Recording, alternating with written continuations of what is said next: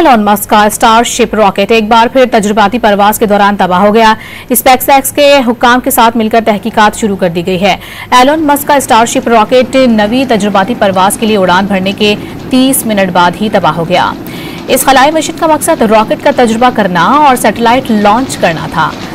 SpaceX ने आखिरी test से कबल मसाइल को हल करने के लिए कई तब्दीलियां की थी, जिनमें ईंधन की लाइनों को एडजस्ट करना और आग के खतरे को कम करने के लिए वेंट शामिल करना था। एलोन मस्क का स्टारशिप रॉकेट एक बार फिर तजुर्बाती परवाज के दौरान तबाह हो गया। स्पेसएक्स के हुक्काम के साथ मिलकर तहकीकात शुरू कर दी गई है। एलोन मस्क का स्टारशिप रॉकेट नवी तजुर्बाती परवाज के लिए उड़ान भरने के 30 मिनट बाद ही तबाह हो गया। इस खलाई मिशन का मकसद रॉकेट का तजुर्बा करना और सैटेलाइट लॉन्च करना था। SpaceX ने आखिरी टेस्ट से कबल मसाइल को हल करने के लिए कई तब्दीलियां की थी, जिनमें ईंधन की लाइनों को एडजस्ट करना और आग के खतरे को कम करने के लिए वेंट शामिल करना था।